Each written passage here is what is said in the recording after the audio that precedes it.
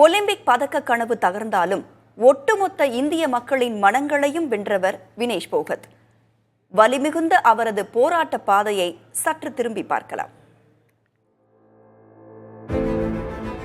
மல்யுத்தத்திற்கு புகழ்பெற்ற ஹரியானாவின் பலாலி என்ற சிறு கிராமத்தில் பிறந்தவர் வினேஷ் போகத். இவர் குழந்தையாக இருக்கும்போதே சொத்து தகராறில் தந்தை ராஜ்பால் சிங் கொல்லப்பட்டார். இதனால் வினேஷையும் அவரது சகோதரி பிரியங்காவையும் வளர்த்தவர் மகாவீர் சிங். கட்டுக்கோப்பான கிராமத்தில் பெண்களை மல்யுத்தத்திற்கு பழக்குவது சாதாரணமானதல்ல. அந்த அசாதாரணத்தை சாதாரணமாக மாற்றியவர் மகாவீர் சிங்.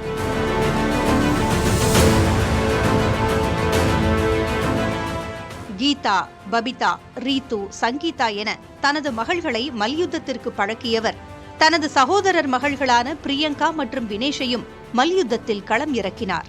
ஒரு கிராமத்தின் சூழலில் இப்பெண்களை சர்வதேச மல்யுத்த களங்களில் போராட வைத்து பதக்கங்களை குவிக்க வைத்த மகாவீருக்கு 2016ஆம் ஆண்டு துரோணாச்சாரியார் விருது கொடுத்தது மத்திய அரசு. இவரின் கதையே அமீர்கான் நடிப்பில் தங்கலாக வெளியாகி அனைத்து மொழிகளிலும் பிரபலமானது.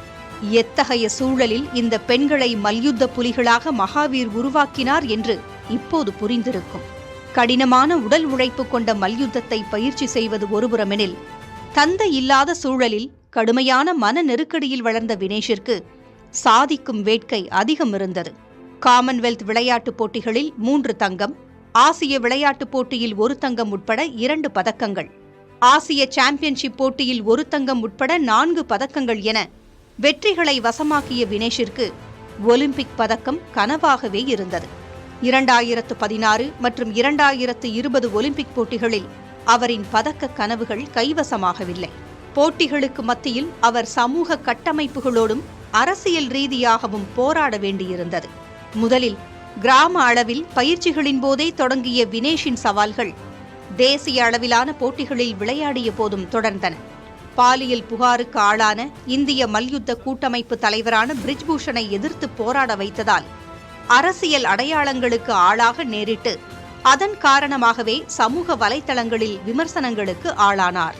இந்த போராட்டம் அரசியல் ரீதியாக மாறிய போதும் தங்கள் குறிக்கோளில் திடமாக நின்று சக மல்யுத்த வீரர் வீராங்கனைகளோடு வினேஷும் போராடினார்.